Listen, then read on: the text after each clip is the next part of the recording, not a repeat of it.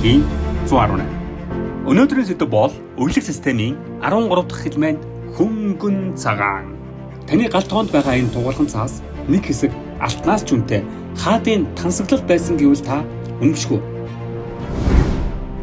Тэр маш хөнгөн, уян хатан цахилгаан сайн дамжуулдаг. Хамгийн сонирхолтой нь тэр зэвэрдэггүй. Яагаад гэвэл агаартай шүргэлцмэгцээ гадаргуу дээрээ хамгаалтын тунгалаг давхраг үүсгдэг учраас цааш зэвэрлт явагддаггүй. Гэхдээ түүнд ганцхан суултал бий. Энэ бол мөнгөн ус.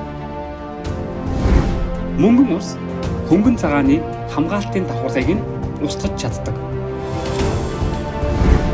Өнөөдөр бид ундааны лааснаас эхлээд сансрын хөлөг, гар утас, автомашиныг хөнгөн цагаангүйгээр төсөөлхийн аргагүй.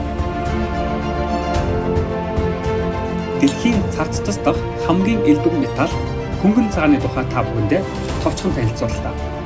Дараагийн дугаар бол 14 дахь элемент силикон.